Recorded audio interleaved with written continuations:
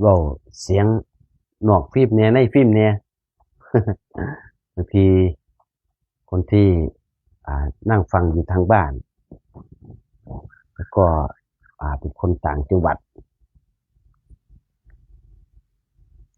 ก็เจริญธรรมตอนเช้าวันนี้วันที่8กุมภาพันธ์2569ก็มาพบมาเจอกันกับหลวงพี่หลาหรือครูบาลาสำนักสงฆ์วัดป่านนยอม่วงหวานตำบลหนองว่าอำเภอกุมภาวาปีจังหวัดอุดรธานีมีอะไรโทรมาสอบถามได้0931792140หรือจะร่วมทำบุญซ่อมแซมกุฏิใหม่ก็ธนาคารออมสินพระอัฏฐพัฒน์สวัสดี020395709734ทุกคนทุกท่านนะอนุโมทนามาบวชนี่ความตั้งอกตั้งใจที่จะมาบวชนี่มีจุดหลักจุดเป้าหมายคือยังไงนะ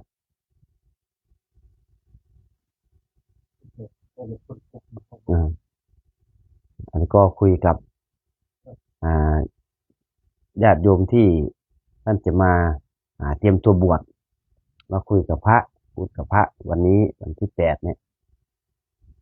วันอาทิตย์จะถามความตั้งใจคืออยากพ้นทุกข์ถามความตั้งใจว่าอยากพ้นทุกข์ก่อนที่เราจะพ้นทุกข์นี่เราก็ต้องมาดูมาศึกษาก่อนว่าพุทธศาสนาพระพุทธเจ้านี่เป็นยังไงมายังไงก่อนที่เราจะมาเป็นลูกพระตถาคตเราก็ต้องดูก่อนว่าศาสนาเราเป็นยังไงเรามีความศรัทธามากน้อยขนาดไหนมีความศรัทธากับพุทธศาสนาพุทธศาสนาเนี่ยพุทธศาสนาก็คือพุทธะคือผู้ชื่อของพระพุทธเจ้านั่นแหละชื่อของพระพุทธเจ้าศาสนาของพระพุทธเจ้าก็เป็นศาสดาพระพุทธเจ้าเป็นมายังไงพระพุทธเจ้าบำเพ็ญเพียร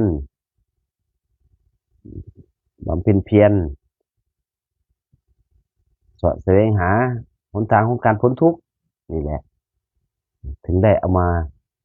บอกมาสอนแนะนำญาติโยมผู้ที่ใฝ่ศีลใฝ่ธรรมนะมาแนะนำก็เอาคำสอนพระพุทธเจ้าก็สืบทอดต่อๆกันมาพระพุทธเจ้าท่านเป็นลูกพระมหากษัตริย์เป็นลูกกษัตริย์พูดง่าย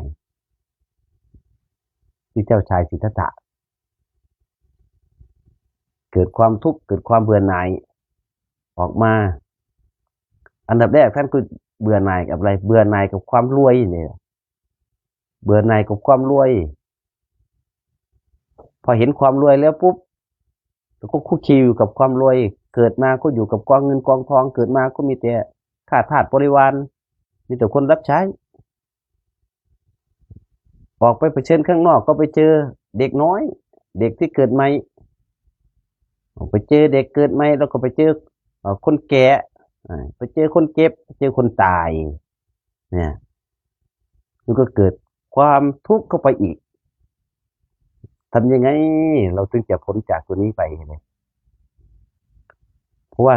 เกิดมาทุกคนก็ต้องเจอแบบนั้นหมดเห็นแบบนั้นหมดท่านก็เกิดความทุกข์ในจิตในใจแล้วทำยังไงถึงจะพ้นทุกข์ก็ออกแสวงหาครูบาอาจารย์ตั้งแต่สมัยก่อนเป็นพราหมณ์ออกแสวงหาครูบาอาจารย์หลายท่านไม่ว่าจะเป็นครูบาอาจารย์ที่เก่งในเรื่องฌานเรื่องญาณเรื่องอิทธิฤทธิปาฏิหาริย์ก็ไปศึกษาร่ำเรียนมาจน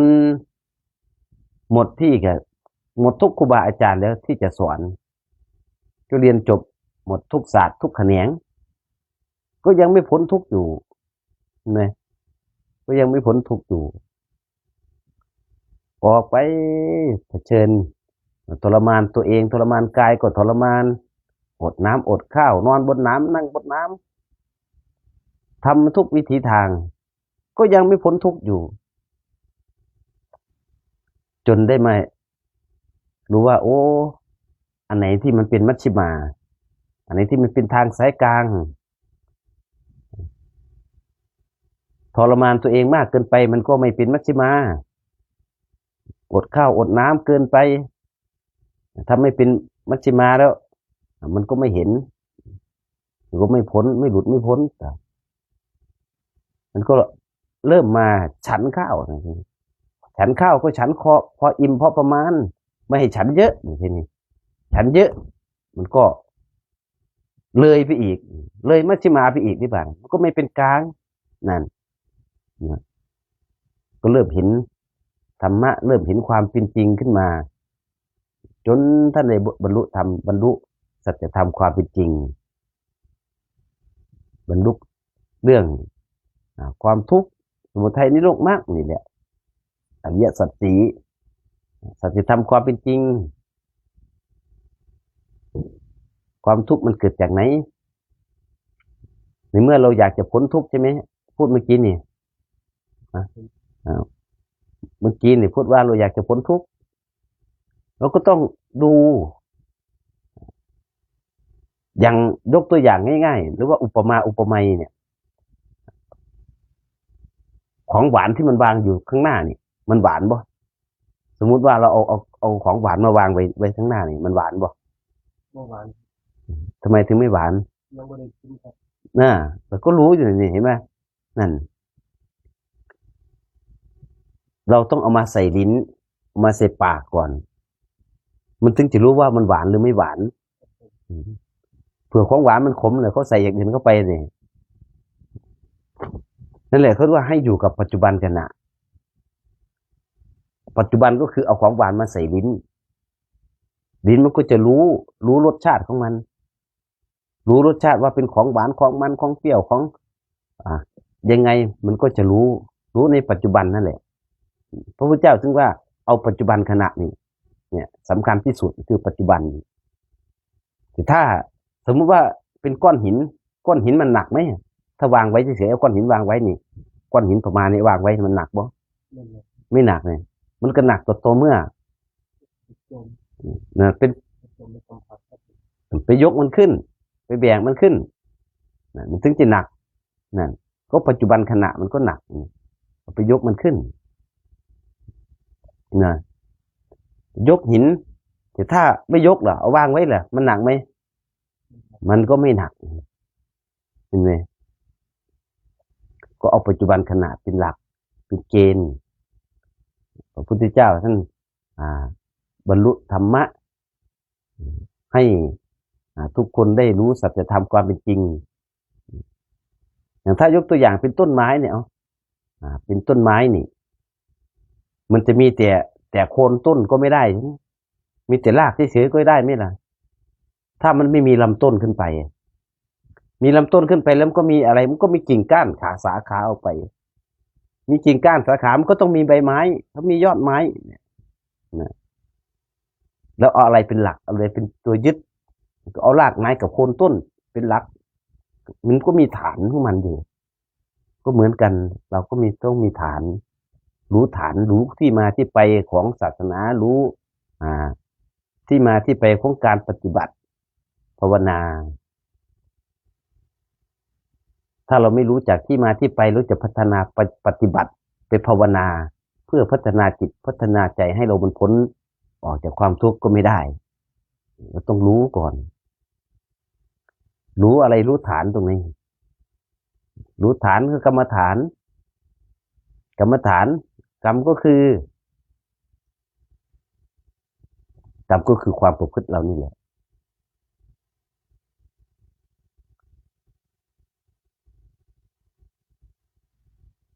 กรรมะ มาเป็นฐานกรรมฐานความประพฤติของเรานี่แหละเราเอากรรมฐานมาเป็นตัวหลักตัวตั้งเอาตัวเรานี่แหละมาเป็นหลักทีนี้ภาวนาก็คือพัฒนาอะไรตัวเราเป็นหลักก็เอาเจตนานั่นแหละเป็นหลักเจตนาดูกายดูใจของเรานี่แหละเจตนาภาวนาก็คือพัฒนากายพัฒนาใจพัฒนาจิตให้เรานี่แหละมันเจริญยิ่งขึ้นไปเจริญขึ้นรู้ความจริงขึ้นนะรู้ความจริงรู้จะสัจธรรมความเป็นจริงขึ้นไปเรื่อยๆเนี่ยอันปฏิบัติเราก็ต้องรู้หลักรู้เกณฑ์ก่อน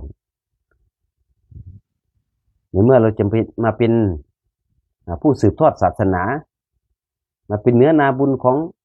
ญาติโยมไม่ใช่ว่ามาปฏิบัติเฉยๆให้มันพ้นทุกข์เลยมันก็ไม่ได้ถ้าเราไม่รู้หลักรู้เกณฑ์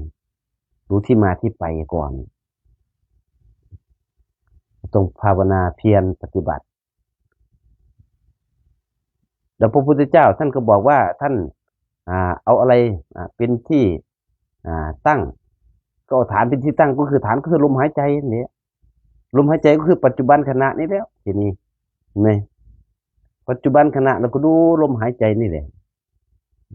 ดูลมหายใจของเรานี่บางคนก็คิดถึงเรื่องราวต่างๆอดีตที่ผ่านมาพอจิตมันเริ่มสงบแล้วก็ความคิดมันก็เริ่มผุดขึ้นบางคนก็มีเวทนาเข้าเวทนาร่างกายเรามันก็จะเห็นเด่นชัดขึ้นความคิดไม่เห็นเด่นชัดขึ้นมันก็เกิดเราก็เห็นความคิดมันดับลงเนี่ยเวทนากายเห็นเวทนามันเกิดขึ้นเรื่องเวทนามันก็ดับลงเนี่ยมันก็เห็นการเกิดการดับปฏิบัติภาวนาไงเราเห็นสิ่งที่มันผุดขึ้นแล้วเอาสิ่งที่มันผุดขึ้นเนี่ยมันเกิดจากตรงไหนล่ะทีนี้มันผุดขึ้นไอ้ความทุกข์ที่มันเกิดขึ้นนี่มันเกิดขึ้นจากจิตจากใจเราทุกสิ่งทุกอย่างที่เกิดขึ้นนี่ล้วนแต่มีเหตุทั้งนั้นก็เหมือนกับที่อุปไมยเมื่อกี้นี่เห็นว่าของหวานเนี่ยเหตุก็คือเราเอาของหวานมาใส่ปากของหวานมาใส่ปากมันก็เกิดอะไรเกิดลิ้นเราไปสัมผัสมันถึงรู้รสชาติว่าเป็นรสหวานเนี่ยมันถึงรู้รสชาติมันรู้ตอนไหนก็ตอนอยู่ที่ปัจจุบันขณะนั่นแหละปัจจุบันที่เราเอาของหวานใส่ปากเรานะเหมือนกันเลยการภาวนาถึงบอกว่าให้อยู่กับปัจจุบันขณะนี้ภาวนาให้มันเห็นสิ่งที่มันเกิดขึ้นจากจิตจากใจความทุกข์ก็เกิดจากจิตจากใจแล้วอะไรเป็นเหตุเนี่ยทุกสิ่งทุกอย่างมันเกิดจากเหตุมันมีเหตุของมันหมดเนี่ยของหวานเหตุเกิดจากไหนเกิดจากที่เราเอามาชิมเลยดิถึงรู้มันมันเกิดจากเหตุหมดทุกอย่างมันเป็นเหตุเป็นปัจจัยของมันอยู่ความทุกข์เกิดจากที่ไหนส่วนมากนี่ไอ้ทุกข์หนักที่สุดเป็นทุกข์เพราะจิตเพราะใจเรานั่นแหละจิตเราเป็นยังไงล่ะมันก็ไปเห็นไปได้เห็นไปได้ยินไปได้กินไปได้ลิ้มรสไปได้สัมผัสธรรมอารมณ์เนี่ยความทุกข์มันก็เกิดจากตัวที่มากระทบแล้วก็สิ่งที่มากระทบเราไปยึดเอาไหมล่ะอย่างของหวานเราชิมรสชาติเราติดใจไหมถ้าเราติดใจก็คือเรายึดแล้วล่ะยึด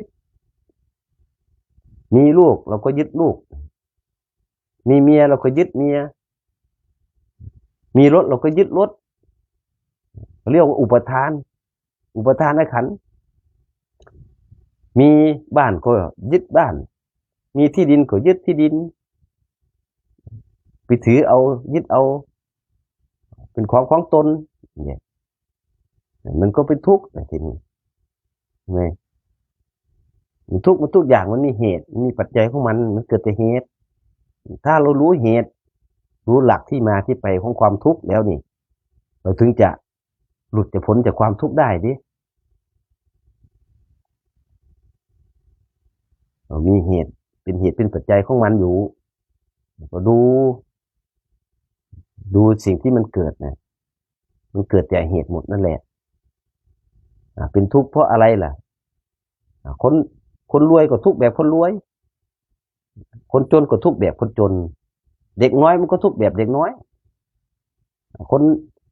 วัยทำงานก็ทุกข์แบบทำงานเนี่ย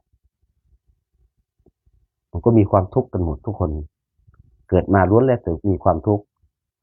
หนักๆก็คือความทุกข์ด้านจิตใจเรานี่แหละไอ้คนบางคนไปสอบไม่ผ่านทำไมถึงกระโดดตึกตายบางคนผิดหวังกับความรักทำไมถึงไปกระโดดน้ำตายบางคนผิดหวังกับหน้าที่การงานล่มสลายทำไมถึงฆ่าตัวเองตายนั่นเห็นป่ะมันเกิดแต่เหตุหมดเนี่ยถึงบอกว่าให้ดูลมหายใจนี่แหละคือฐานเราเนี่ยดูลมหายใจเข้าออกดูกายมันก็เห็นจิตไม่เห็นจิตนั่นแหละก็คือเห็นใจเรานั่นแหละดูจิตเห็นจิตมันก็เห็นธรรมท่านเนี่ยเห็นธรรมะก็คือความเป็นจริงนี่แหละถ้าจะทำความเป็นจริงเห็นธรรมะเราเห็นอะไรกันผู้ใดเห็นธรรมผู้นั้นเห็นเราน่าตถาคตนั่นแหละเห็นธรรมะก็เท่ากับเห็นองค์สมเด็จสัมมาสัมพุทธเจ้าเห็นคำสอนของพระพุทธเจ้านั่นทุกอย่างมันก็เกิดแต่เหตุหมดปฏิบัติภาวนาเพื่อจะพ้นทุกข์พ้นโศกมันจะหลุดจะพ้นได้ก็ต่อเมื่อเราสร้างเหตุอะไรล่ะพระพุทธเจ้าท่านบอกว่าให้ถ้าเป็นโยมธรรมดานี่อุบาสกอุบาสิกาก็ให้ทำอะไรก็ทานศีลสมาธิปัญญาทานเฉยๆนี่มันก็ได้แต่บุญมันไม่เกิดปัญญาทานเฉยๆนี่ได้แต่บุญแค่นั้นเองกุศลมันไม่มีกุศลนั่นแหละเป็นปัญญาไม่รู้จักรักษาศีลไม่รู้จักทำสมาธิในเมื่อไม่รู้จักรักษาศีลไม่รู้จักทำสมาธิแล้วปัญญามันจะมาได้ยังไงล่ะทีนี้มีแต่ทานอย่างเดียวทานอย่างเดียวมันก็ไม่เกิดปัญญามันก็จะเป็นหลงในบุญในทานไปซะแล้วแล้วก็ดูปัจจุบันขณะตั้งอกตั้งใจเพียรภาวนานั่งดูลมหายใจความเป็นจริงที่มันจะผุดขึ้นในใจก็คือมันก็ไม่รู้ว่าความคิดเรามันเกิดขึ้นมาแล้วมันเกิดขึ้นมาแล้วมันก็ดับเป็นเหมือนกับคนเราเกิดมาเกิดแล้วมันก็ดับเดี๋ยวมันก็ตายทุกคนเลยไม่ยกเว้นใครเลยไม่ยกเว้นขอให้เกิดมาตายหมดเรียบมับขอให้เกิดมาก็เหมือนกันความคิดมันเกิดมามันเกิดความคิดแล้วมันก็ดับถ้าเราดูตามเห็นของมันแต่เมื่อเราเห็นความคิดมันเกิดขึ้นแล้วก็รู้ที่ว่าเหตุปัจจัยก็คือความทุกข์ความคิดเราเนี่ยนะแล้วทำยังไงให้มัน เบาบางลงให้มันผ่อนคลายลงเราเห็นความคิดเกิดขึ้นครั้งแรกเราตามยังไม่ทันมันก็เอาอดีตที่ผ่านมามาคิดนี่แหละมันก็เกิดความทุกข์ก็ทุกข์อยู่นั่นแหละทีนี้ก็ปล่อยก็วางไม่เป็นเลยเราต้องได้ฝึกสติฝึกสมาธิถ้าไม่มีสติไม่มีสมาธิปัญญามันก็ไม่รู้ไม่เห็นปัญญาก็ไม่เกิดถ้าปัญญาไม่เกิดแล้วมันจะพ้นทุกข์พ้นโศกได้ยังไงเนาะ ต้องรู้เอาสติเนี่ยอยู่กับกายอยู่กับลมเรานี่แหละเราจะเอาภาวนาก็ได้จะเอายุบหนอพองหนอก็ได้หรือจะเอาพุทโธก็ได้หรือจะดูลมหายใจเราจุดเป้าหมายก็เหมือนกันอันเดียวกันก็คือพ้นทุกข์เหมือนกันนั่นแหละเห็นสัจธรรมความเป็นจริงนี่แหละก็เหมือนกันกับบวกเลขนั่นแหละบวกเลขถ้าเราอยากต้องการอยากได้10นี่จำเป็นไม่ต้องเอาเฉพาะ5 บวก 10นี่ไม่จำเป็นนะเอา7 บวก 10ได้ไหมล่ะเอา7 บวก 3ได้ไหม3ได้10 6 บวก 4ได้10 6 บวก 4ก็ได้10เหมือนกันนั่นแหละจุดประสงค์ก็คือเป้าหมายอันเดียวกันไม่ว่าจะใช้คำบริกรรมมาช่วยหรือว่าจะดูลมหายใจเข้าออกอานาปานสติหรือจะยึดกายเราเป็นหลักกายคตาสติก็อันเดียวกันจุดเป้าหมายก็คือไปให้มันเห็นความเป็นจริงเห็นความเป็นจริงมันก็พ้นทุกข์พ้นโศกตัวเห็นความเป็นจริงอะไรทำไมถึงว่าพ้นทุกข์พ้นโศกก็มันเห็นเหตุทุกคนเกิดมาล้วนแล้วแต่ทุกข์นะตัวที่นี้เป็นเด็กก็ทุกข์อย่างเด็กเลยมันก็เห็นดิตอนนี้หันหน้าเข้ามาเข้าวัดเข้าวาแต่ก่อนจะหันหน้าก็รู้มีแต่ทานมัวเมาในการทานถ้าเราอยู่ในร่มกาสาวพัสมาเป็นลูกพระพุทธเจ้ามาเป็นลูกพระตถาคตเราก็ต้องรู้จากพระตถาคตก่อนเด้รู้ใจยังไงเราต้องเกิดความศรัทธาต่อพระพุทธเจ้าศรัทธาต่อคำสอนพระพุทธเจ้าไม่ปันใจให้อย่างอื่นนะไม่โลเลใจนะไม่ปันใจให้อย่างอื่นไม่คิดว่าอย่างอื่นจะมาโดนบันดาลให้เราหายทุกข์หายโศกเนี่ยจะไปวิงวอนขอร้องอ้อนวอนไปดูหมอดูดวงปลุกเสกเลขยันอยู่นะมันก็ไม่พ้นทุกข์พ้นโศกเด้ไอ้ที่พูดมานี่ก็ผ่านมาแล้วเด้นี่ผ่านมาไปเพียรปฏิบัติเอาเป็นเอาตายก็ผ่านมาไปขึ้นถ้ำบนภูเขาหรือว่าจะไปทำเครื่องรางของขลังมวลสารต่างๆก็ไปศึกษาไปเรียนรู้มาหมดแล้วมันก็ไม่พ้นทุกข์พ้นโศกสุดท้ายกิเลสตัณหามันก็มีเต็มตัวเต็มประดาเหมือนเดิมตอนที่ผมไปเพียรภาวนาแล้วไปศึกษาเกี่ยวกับ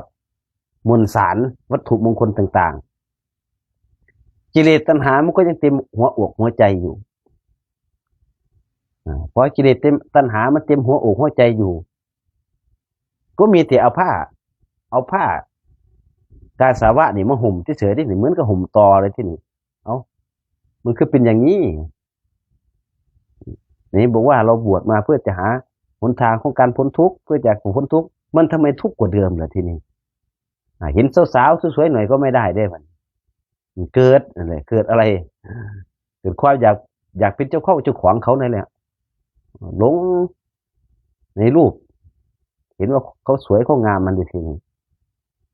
เนี่ยจิตใจมันก็ยังเกิดมีกิเลสอยู่ไหนบอกว่ามันจะพ้นทุกข์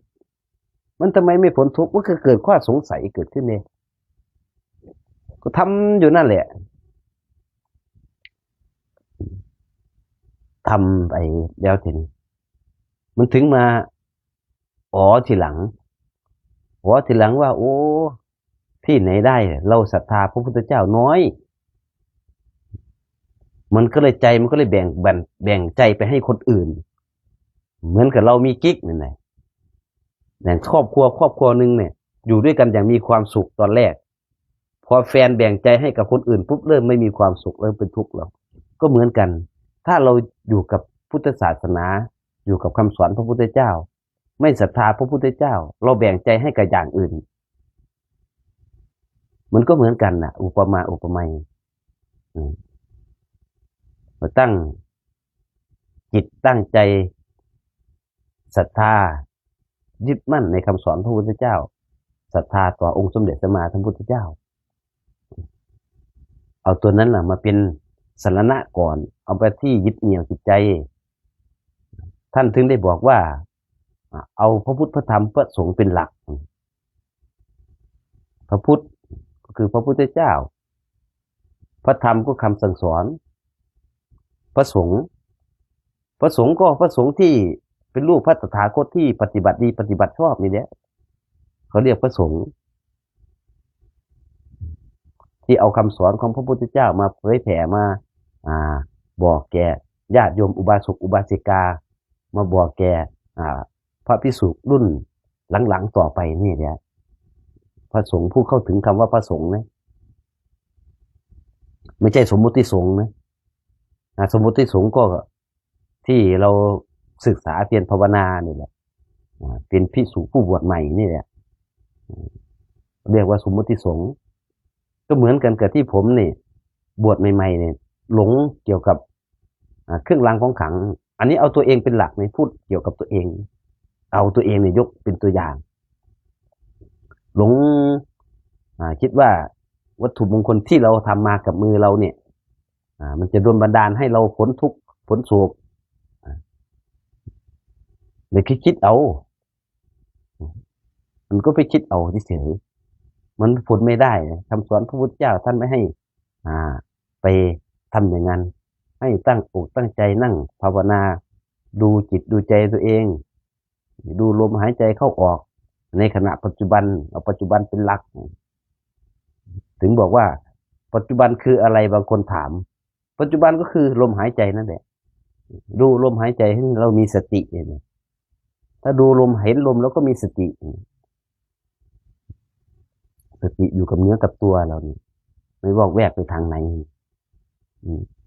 ก็เพียรภาวนาตั้งอกตั้งใจดูนั่งดูอยู่นั่นแหละนั่งดูไปแล้วสิ่งที่มันเกิดขึ้นก็คือความท้อเลยนั่งนานไปก็ท้อใจก็ทุกข์แต่กายมันก็จะเกิดปรากฏขึ้นมาเกิดเวทนาทางจิตทางใจขึ้นมาเกิดเวทนาทางกายขึ้นมาเกิดความคิดฟุ้งซ่านขึ้นมามันก็จะเด่นชัดขึ้นมาตามหลังตามลำดับมันแล้วก็ตามให้มันทันเลยตามให้มันทันมันถ้าเราตามความคิดทันมันก็จะรู้ว่าอันนั้นไม่ใช่ของเรากายนี่ก็ไม่ใช่ของเราได้เริ่มรู้ความเป็นจริงว่าสิ่งทั้งหมดทั้งมวลนี่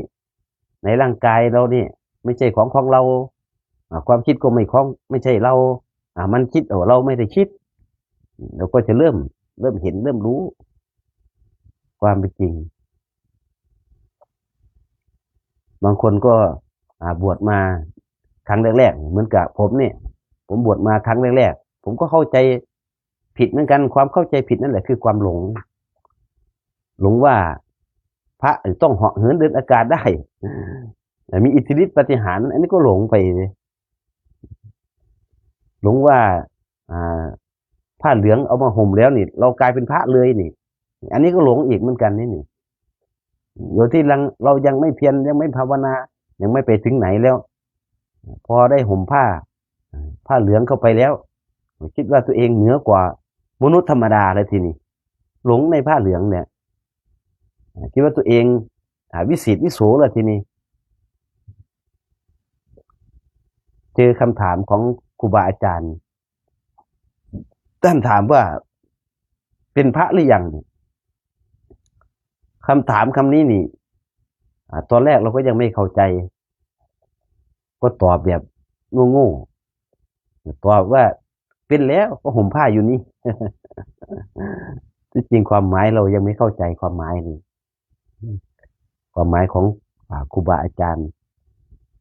ก็มาเจออีกคำถามอีกคำถามหนึ่งบวชมาเพื่ออะไรอีกนี่เนี่ยมันมันชนตึกในจิตในใจเลยชนตึกเข้ามาเลยโอ้ถึงมาได้สติว่าเราบวชมาเพื่ออะไรโดยที่ครั้งแรกเนี่ยตั้งความหวังไว้นั่นแหละตั้งใจว่าจะบวชเพื่อพ้นทุกข์เหมือนกันนั่นแหละแต่เหตุการณ์มันพาไปเลยเหตุการณ์มันพาไปเราก็ลืมสิ่งที่เราตั้งไว้ครั้งแรกนะความคิดมันก็เปลี่ยนแล้วที่นี่เห็นเขาไปสวดมนต์ได้เงินเยอะแยะได้ซื้อรถได้สร้างวัดสร้างวาได้ทำนู่นทำนี่เราก็เริ่มหลงเลยโอ้ไหนได้มันได้ตังค์ด้วยตัวนี่เนี่ยมันก็เริ่มหลงไปได้ทีนี้หลงในทรัพย์ในสิ่งนี้ไปแล้ว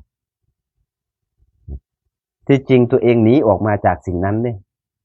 หนีออกมาจากสิ่งที่มันวุ่นวายหนีออกมาจากสิ่งที่มันเป็นกิเลสเป็นตัณหาเราก็ยังไม่รู้เพราะความไม่รู้แล้วมันก็เลยเป็นหลงก็เลยไปทำแต่ถ้าไม่ไปทำมันก็ไม่มีเรื่องราวมาเล่าสู่กันฟังหรอกไม่มีประสบการณ์มาเล่าสู่กันฟังแต่เราก็ยังก็หลงเดี๋ยวถ้าไม่หลงมันก็คงจะไปได้ไกลมากมายเยอะแยะไปได้ไกลแหละนั่นแหละอันนี้ก็เล่าเป็นประสบการณ์ให้ฟังว่าเราบวชมาเราก็ต้องศึกษาเกี่ยวกับศาสนาศึกษาแล้วเราก็ต้องศรัทธาในศาสนาศรัทธาต่อคำสอนพระพุทธเจ้าศรัทธาต่อองค์เสด็จสมมาสัมพุทธเจ้าว่าท่านลำบากขนาดไหนออกไปสมัยก่อนกับสมัยนี้เนี่ยสมัยก่อนเขาเอาคนสมัยก่อนไปบวชนะสมัยนี้เขาก็เอาคนสมัยนี้มาบวชเหมือนกันสมัยนี้เขาเอาคนปัจจุบันนี่แหละมาบวชเนี่ยเขาไม่ได้เอาคนสมัยก่อนมาบวชเลยเราก็อยู่กับโลกอยู่กับสิ่งที่เขาบอกว่ามันเจริญด้านวัตถุนี่แหละก็อยู่กับโลกไปนี่แหละกิเลสตัณหามันก็เยอะขึ้นเรื่อยๆสมัยก่อนพระพุทธเจ้าท่านเดินเอาอย่าแต่ว่าสมัยก่อนเอาตอนที่เราเป็นเด็กเนี่ยเอาเปรียบตอนที่เราเป็นเด็กเนี่ยเกิดขึ้นมาเนี่ยถนนมีแต่ถนน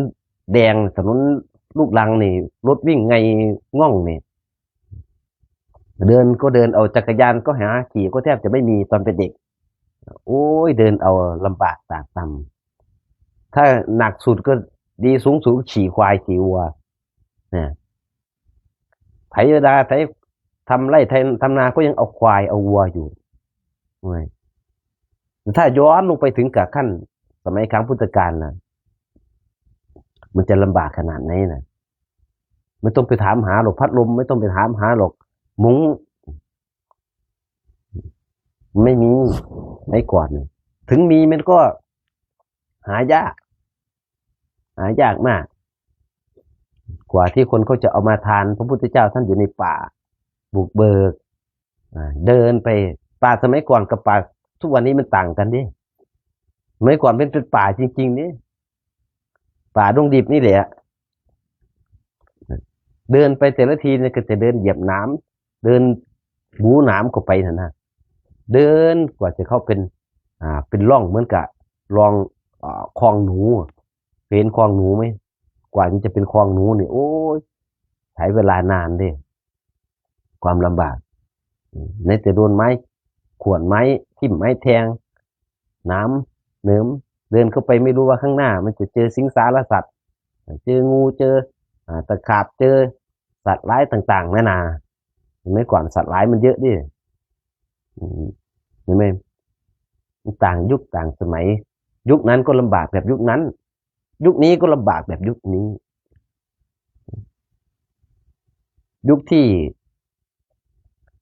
เกิดมาแล้วมีรถมีลาแล้วที่นี่ มันก็ลำบากแบบมีรถมีลาเนี่ยที่มีรถแล้วทำยังไงขี่ไปมันก็ยางรั่วยางพังเนี่ยซ่อมได้หาอะไรเนี่ยมันก็ทุกข์ไปคนละอย่างกันนี่มีเครื่องมือสื่อสารก็ทุกข์แล้วก็คิดถึงคนโน้นแล้วก็โทรหาคนนี้ มันก็ทุกข์เลยถ้าเราอ่ายังไม่รู้ว่าพระพุทธเจ้าท่านลำบากจากตรรมมาขนาดไหนถ้าเรารู้เราก็เกิดความศรัทธาบางคนนั่งร้องไห้นะรู้ฟังประวัติของพระพุทธเจ้าประวัติของพระพุทธเจ้าที่ท่านกว่าจะมาเป็นพระพุทธเจ้าได้โอ้บางคนบางท่านฟังแล้วเกิดปิตินั่งร้องไห้ก็มีเกิดความศรัทธานั่นแหละมาเป็นอันดับหนึ่งอันดับแรกเลยก่อนที่เราจะมาเพียรปฏิบัติเอาคำสอนของพระพุทธเจ้ามาปฏิบัติเขาเรียกว่าลงใจมันลงใจมันน้อมรับคำสอนของพระพุทธเจ้าใจมันน้อมรับธรรมะของพระพุทธเจ้ามันถึงจะเดินไปได้มันถึงจะภาวนาไปได้ถ้าใจเราไม่น้อมรับคำสอนไม่น้อมรับไม่ศรัทธานี่มันก็ไปได้ยากศรัทธาแต่ปากเฉยๆก็ไม่ได้ศรัทธาแต่ในบัตรประชาชนอยู่ในทะเบียนบ้านก็ไม่ได้ทีนี้ต้องศรัทธาเขาถึงเลือดถึงเนื้อจริงๆเขาถึงจิตถึงใจเอาศรัทธามาเป็นตัวหลักศรัทธาแล้วก็มีความเพียรศรัทธาเห็นว่าพระพุทธเจ้าท่านพ้นทุกข์ท่านก็เอามาบอกวิธีทำแบบนี้นะทางเดินไปแบบนี้นะเป็นธรรมดาทางเดินมันก็ต้องมีหลุมมีบ่อมีสี่แยกนะเลี้ยวซ้ายเลี้ยวขวาหรือว่าจะตรงไปหรือบางที่ไปเจอ5 แยกจะตรงไปต้องจะออกทางไหนนะมันก็ต้องเอาคำสอนของพระพุทธเจ้าท่านเป็นหลักก่อนมาเป็นหลักมาเป็นสรณะก่อนมาเป็นหลักเป็นเกณฑ์ให้ใจเรานี่มันมีเสาหลักพอได้พักได้พิงถ้าว่ายน้ำอยู่กลางน้ำนี่ไม่มีหลักเดียวเราก็อยู่ได้นะก็พอที่จะพักพิงหายเหนื่อยไปก็ว่ายต่อกว่าจะถึงฝั่งก็เหมือนกันเราต้องศรัทธาก่อนศรัทธาต่อคำสอนพระพุทธเจ้าเราก็ลองดูแต่ก่อนเคยภาวนาพุทโธมีคำบริกรรมก็ลองเปลี่ยนแนวตัวเองดูก็ได้จากที่เราเคยบวกเลข5 บวก 5เป็น10เราก็ลองบวกเอา7 บวก 3เป็น10ดูสิก็ลองเปลี่ยนดูทดลองมันก็ไม่เสียหายเอาอะไรล่ะก็เอาอานาปานสติก็ลองเปลี่ยนวิธีบวกดูไม่จำเป็นต้องเป็น7 บวก 3ก็ได้ทีนี้ถ้าเราเข้าใจแล้ว8 บวก 2ได้ไหมถึง10ไหมนั่นมันก็มีถ้าเราเข้าใจเรารู้แล้วรู้หลักรู้เกณฑ์แล้วนี่ไม่ต้องห่วงเราจะเอาอะไรบวกกันขอให้มันได้10เราก็รู้จำเป็นไม่ต้องเอา8 บวก 2ทีนี้เอา9 บวก 1ได้ไหมก็ได้เนี่ยมันก็เหมือนกันแต่อันดับแรกเราก็ต้องศรัทธาก่อนมาเป็นอันดับเพียรบารมีหรือว่าเพียรบารมีก็คือวิริยะนี่แหละความเพียรนี่แหละ ความเพียรทำยังไงเราถึงจะ ศรัทธาทำยังไงถึงจะมีความเพียรเราก็เกิดความพึงพอใจ เกิดขึ้นความพึงพอใจก็คือฉันทะนี่แหละเกิดความพึงพอใจที่เราจะตั้งอกตั้งใจทำนี่แหละ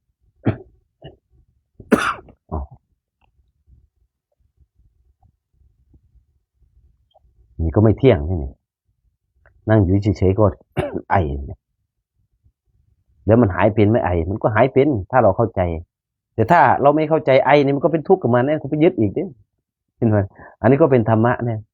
แค่ไอเฉยๆก็เป็นธรรมะเนี่ยไปยึดอะไรอ่ะ ไปยึดกับการไอนี่แหละ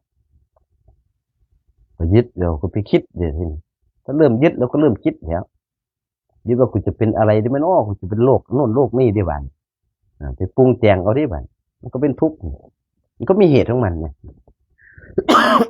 เหมือนกันเลยเนาะเราตั้งใจเพียรภาวนาในเรา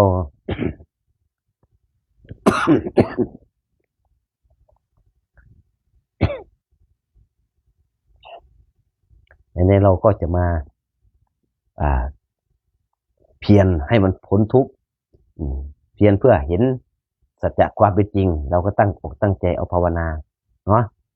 วันนี้เราคุยกันนอกรอบเรื่องอื่นว่าจะเป็นเรื่องอัฐบริขาร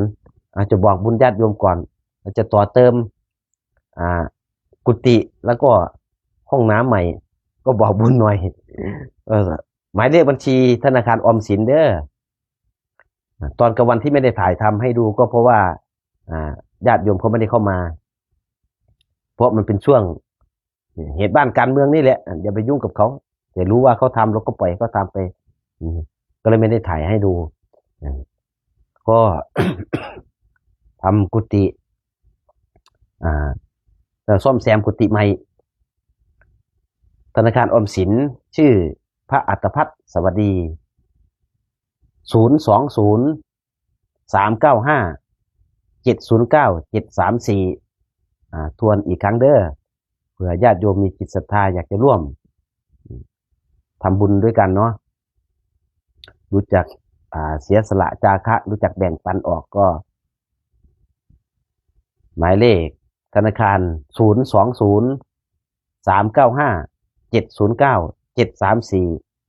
020-395-709-734วันนี้ก็พอแค่นี้เอาสาธุ